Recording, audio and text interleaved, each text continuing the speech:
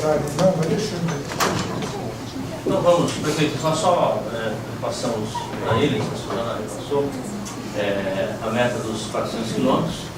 Estão faltando, na verdade, 40 quilômetros que estão faltando. Eu tenho um compromisso aqui da área do transporte de terminar esses 40 quilômetros até dezembro. Acho que vai dar. Isso sem contar parelheiros. Não, contando tudo. Contando tudo. Parelheiros, Faria Lima. E foi repassado então basicamente os locais onde estão voltando e combinado com eles inclusive essa implantação, tá certo? Eles fizeram uma pauta, prefeito, e a dinâmica que eles querem fazer como na reunião anterior, de discutir aqui por item. O Renan, você está aí, você começa aí, né? Ainda nesse, a gente estava no item 4 agora, né, prefeito? A gente, ainda nesse item, existe um pedido de um dos membros da Câmara Temática, que é o Robertson. Ele pede um estudo, existem interligações entre a periferia e o centro não feitas.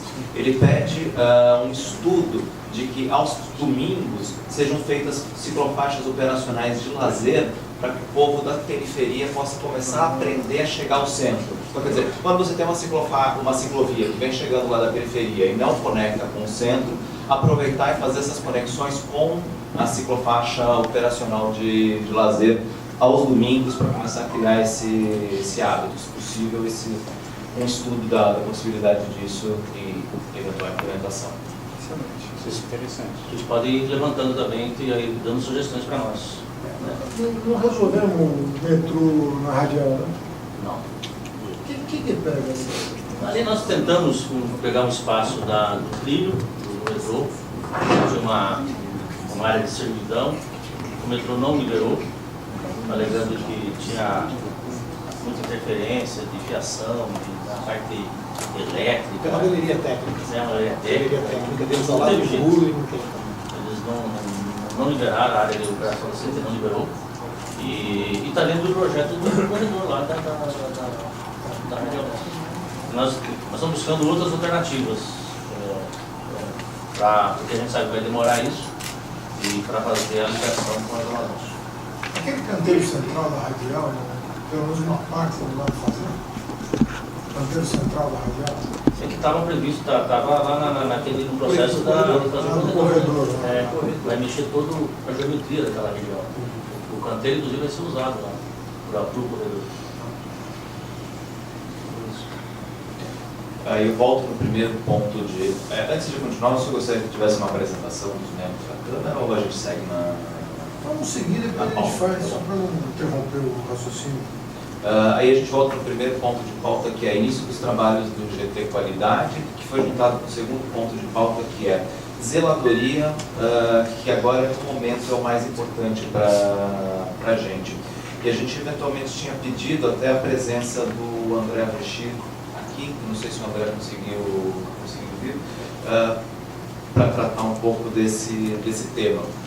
Para que fique mais claro no saque da prefeitura, é uma das coisas mais importantes, destacado, como receber os pedidos de zeladoria em relação aos problemas de ciclovia. Buraco na via, semáforo e todo esse tipo de coisa. Seria legal ter um encaminhamento em relação a isso. E, em cima do saque da prefeitura, um relatório enviado para a Câmara Temática desses problemas que têm sido recebidos pelo saque da prefeitura, até para a sociedade civil ter a capacidade de entender o que está deficiente ou não em termos de zeladoria, e nós aí, enquanto membros, podemos cobrar da CET e das subprefeituras, que parece que é o grande entrave que a gente tem agora na questão das zeladorias.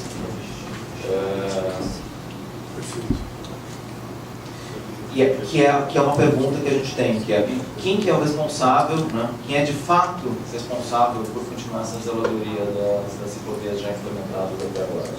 Agora, o prefeito precisa sair do gabinete do secretário de coordenação, precisa ir para as subprefeituras na ponta. Há um gap de comunicação, até de entendimento administrativo, às vezes, se é da subprefeitura ou se não é. O próprio subprefeito ou subprefeita, às vezes, fica na dúvida. Tinha que ter uma normativa que valesse para todos, sabe? Tem até um decreto regulamentando como fazer as audorias, sabe? 156, passando, sabe? Fazer um roteiro de... Nem a gente fez com ruas abertas, sabe? Fazer um decreto com ruas abertas. A gente podia fazer um decreto sobre qual é o procedimento. Semáforo, código de área, recapeamento, Instalação de paraciclo. instalação de paraciclo. É um exemplo. Foi feito certinho, né? A CT fez redondinho. Ah, vamos? Certo. Vamos? Luta. Se prepara. Porque deixa, né? Isso fica consolidado depois, sabe? Até Decreto é uma coisa ótima, né? Perfeito. Quem inventou bem. Não passa pela câmera, esquece. Tá bem em moda isso. tempo atrás que era bem usado. Né?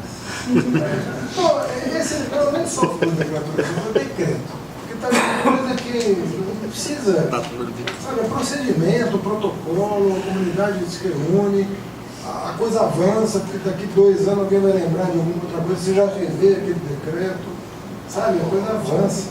Quando fica difuso, eu gosto. Acho uma coisa que ajuda muito a sociedade a se organizar e a buscar novos profissionais, sabe? É pedagógico, orienta. Se a gente pudesse deixar um decreto sobre a política cicloviária da cidade, A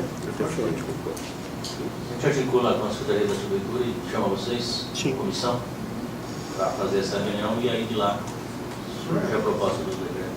tá bom. Tá? O próximo ponto de pauta é um dos mais caros para a gente, porque ele continua envolvendo vidas, né, ou mortes, né, que é uma cobrança da SPTrans sobre programas específicos de formação para motorista de ônibus na relação com o ciclista. Então, a gente vê que grande parte da...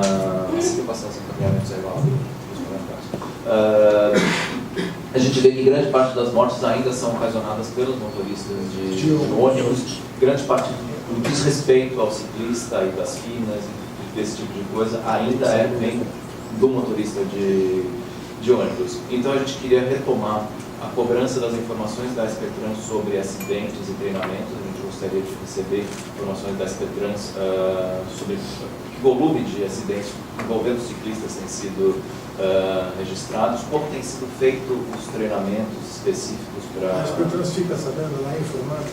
Fica.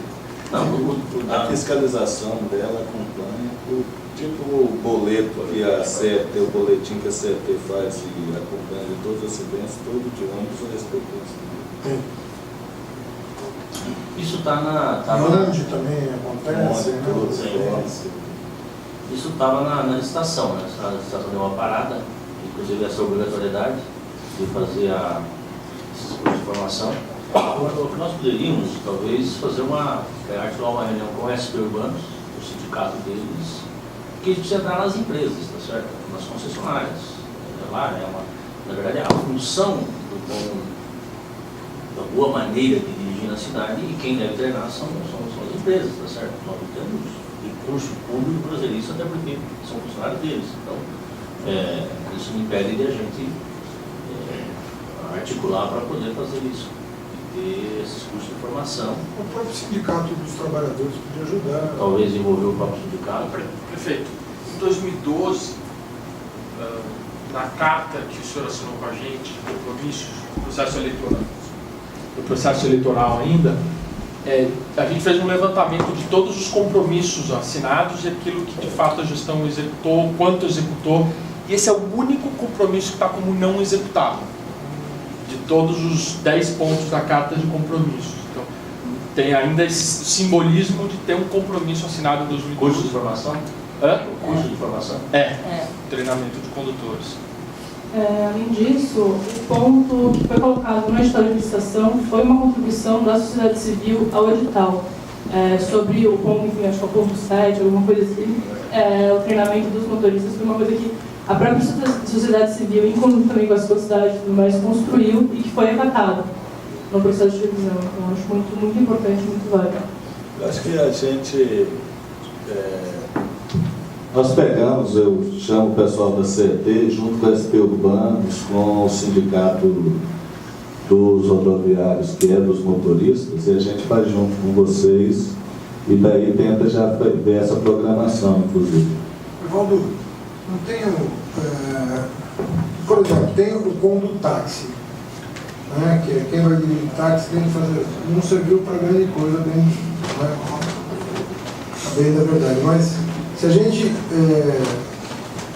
tem o poder de obrigar administrativamente as empresas a seguirem algum padrão. O que a gente podia fazer, não sei, estou pensando alto aqui, nós podíamos fazer um chamamento de propostas de capacitação.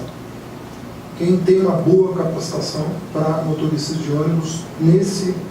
Não, talvez não só nesse, porque há reclamação de condução de ônibus do pedestre também, né? E às vezes do usuário do transporte público. Sabe, a coisa de frear, acelerar, quer dizer, nós temos vários tópicos. O ciclista é um, né?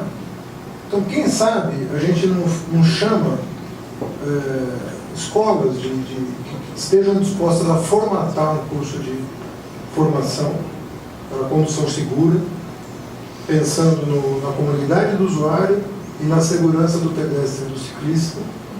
E aí a gente submeteria as propostas a esse comitê para escolher a melhor, né? E de repente, administrativamente, se obriga as concessionárias a, num prazo de 1 ano, capacitar todo o seu pessoal. Por que a gente não começa de trás para frente? Porque senão você vai obrigar os caras a fazer uma capacitação e vai ser pro forma, porque essas capacitações são pro forma. Elas não são validadas por quem de direito. Então, se deixa na mão da empresa, esse é o grande problema. Não, mas se a gente inverter, a gente credencia um curso, a gente inverte.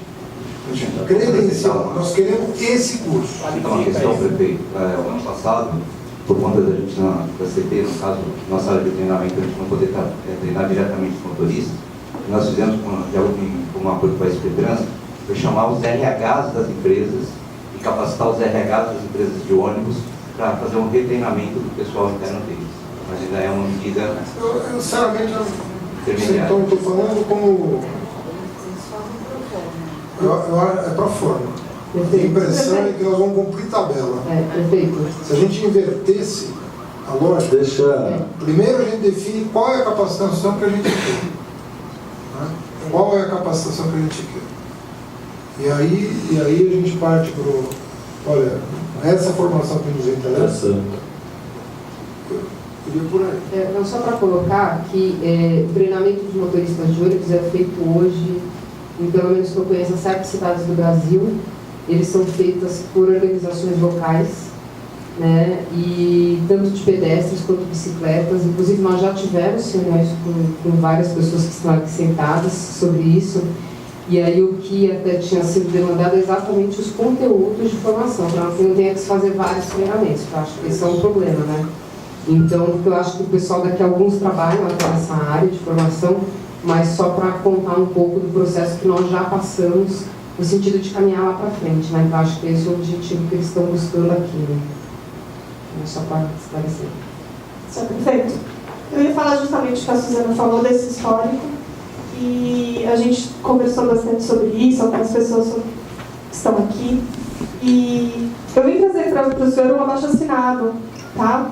Que pedindo esses treinamentos de ônibus, esse é um abaixo-assinado, e outro é um abaixo-assinado contando uma história de um ciclista que faleceu na Avenida João Goulart, no mês de maio desse ano, atropelado por um motorista de ônibus que estava em horário de folga, fora do seu itinerário, e eu conheci a família do ciclista e tudo mais. Eu não vou adentrar no assunto, mas aqui não tem as 50 mil assinaturas, mas tem parte delas, e tem algumas páginas marcadas para você folhear. Obrigada. Obrigado a você. Em relação ao treinamento, ele necessariamente tem que ser feito pelas empresas, que é a gestora, que é a chefia dos motoristas. Então, eu acho que na linha do que o prefeito falou, vamos chamar os motoristas, o sindicato, vamos chamar as empresas concessionárias, a SP Trans, que tem um papel de fiscalização, de acompanhamento e de exigência, e fazer junto com vocês, fazer então tanto levantamento, os dados que você falou aqui da gente ter, essa atualizada, isso é super tranquilo, que existe no dia a dia, quanto a essa programação contínua do treinamento, etc. Pelo número, nós vamos ter que imaginar em diversos locais, porque nós estamos falando de 30 mil trabalhadores, mais ou menos. E para não ficar na coisa da formalidade, da escola. Então, para efetivamente ter esse efeito. Daí, como a própria Suzana disse, alguns de vocês aqui